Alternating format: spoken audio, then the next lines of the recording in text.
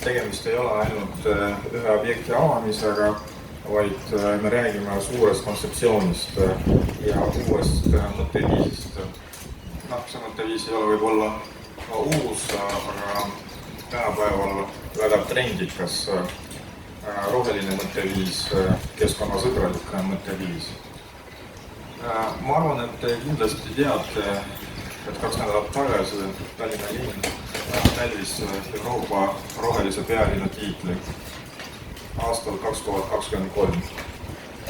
Ja kui meil oli finaalis meie kontseptsiooni presentatsioon, siis ma alustasin sellest, et tegelikult me ju saame aru, et seis ei ole ideaalne Tallinna linnas, aga meil on kindel arusaam, mis suunas tuleb liikuda.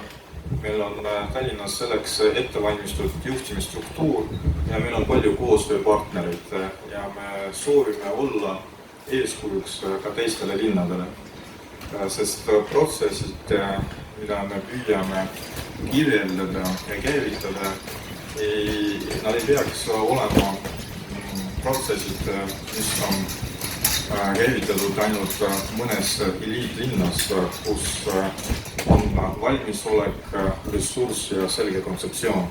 See peab olema üleüldine tendents, aga selleks peavad kõik panustama üle Euroopa. Ja meil ongi selline ambitsioonikas eesmärk olla väga paljudele Euroopa linnadele ja võib-olla mitte ainult Euroopa linnadele eeskujuks. Koos areneda, koos valida uusi mudeleid, koos mõelda, kuidas erinevate valdkonnade vahel luua sünergiat ja kuidas maailma muuta paremaks. Väga ambitsioonikas, aga samas ma arvan, et see on reaalne. Ja meil oli ka üks huvitav ettepanek, mis pälvis ka suure tähelepanu. Ja ma arvan, et see oli ka üheks argumendiks, mis meid valiti. Me soovime Tallinnas luua kompetentsikeskused, kuhu kutsuda erinevate valdkonnade spetsialiste selleks, et neid mudeleid päriselt luua. Üks asi on seada erinevates valdkonnades eesmärke, aga teine asi on luua ühise mudeli, kuidas rohepööret ellu viia. Ja see perspektiiv peab olema pikem kui mõni aasta. Miks ma sellest nii pikalt räägin, sest esiteks see tänane avamine on kindlasti üheks etapiks selles pikas protsessis. Teiseks, mul oli tõepoolest hea meel kuulata seda kõnet, kuna selles kõnes oli väga selge arusaam, et see, mis toimub praegu siin, on osa suurematest protsessidest ja kolmandaks, loomulikult me kõik saame aru, et selle tiitli saamine on tunnustus selle suure töö eest, mis oli tehtud viimased 15 aastast. Aga tegelikult see on eelkõige suur kohustus ja koormus, mis nüüd kukub meie õlgadele. Ja mul on hea meel tõdeda, et mitte ainult Tallinna linn, mitte ainult linna juhtimise süsteem, vaid kindlasti ka meie partnerid on valmis koos seda kontseptsiooni ellu viia. Ja täna on selleks tehtud üks väga oluline samm, sest roheline linn, roheline mõtteviis ei ole ainult rohealad. See on muidugi eelkõige ka kaasaegsed tehnoloogiad. Ja täna selles suunas on tehtud väga tähtis samm. Ma tänan selle eest ja õnnitan meid kõike. Aitäh! Ütleme nii, et kui me räägime sellest, millal see visioon tekkis, siis visioon on tekkinud ikka, ma arvan, umbes 6 aastat tagasi. Aga muidugi nii suur projekt, et on vaja ette valmistada, peab täpselt aru saama, mida teha, kuidas teha.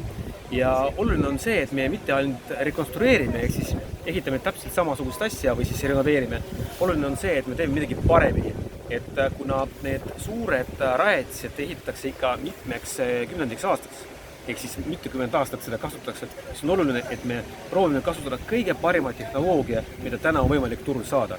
Ja muidugi see analüüs võttis oma aega, projekteerimine oli päris keeruline ja võttis aega, kuna on olnud hästi palju nüansse, kuidas täpselt seda asja ehitada nii, et paralleelselt vana asi töötaks. Ja kõige suurem küsimus, kuidas vana ja uue asja omavahel ühendada nii, et Rio puhastusjaam töötaks edasi. Et mainiks, et selle 1,5 aasta jooksul, millal me oleme kogu seda asja ehitanud, me oleme jaama seiskunud 4 korda. See tähendab seda, et jaam ei töötanud sel hetkel, kui teostati ehitustöid. Aga tänu sellele, et kõik oli täpselt planeeritud, siis ei olnud ühtegi veel reostusjuhtumit, ehk siis me tegelikult kogusime reovett ja hiljem seda puhastasime. Ja jah, umbes 6 aastat. Aga linlased saavad nüüd tänu sellele siis oma merevee siin randades ujumiseks ja ühesõnaga paraneb siis ilmselt see heitvete puhastamine tervikuna kui protsess, eks ole.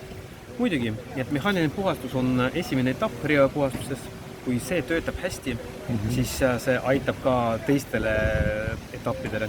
Et mida rohkem liiva me võtame siit välja, seda paremini töötab ka meie bioloogiline puhastus. Ja linlastele mida võiks siis öelda südametunnistusele koputada siis, et ikkagi ei kasutataks ütleme torustik prügikastina, jah? Muidugi, et Tallinna Vesi on teinud mitu kampaaniat sellel teemal ja ma arvan, et inimesed on targad ja nemad saavad aru, kui oluline on see rohepöörde nagu tegelikult täna maailmas. Ja ma usun, et igaüks saab aru, et prügi jaoks on meil prügikonteiner ja kui me räägime WC-potist, siis on selleks, et vasta sinna ikka vett, mida me kasutame kodus ja WC on selleks, et käia toetus.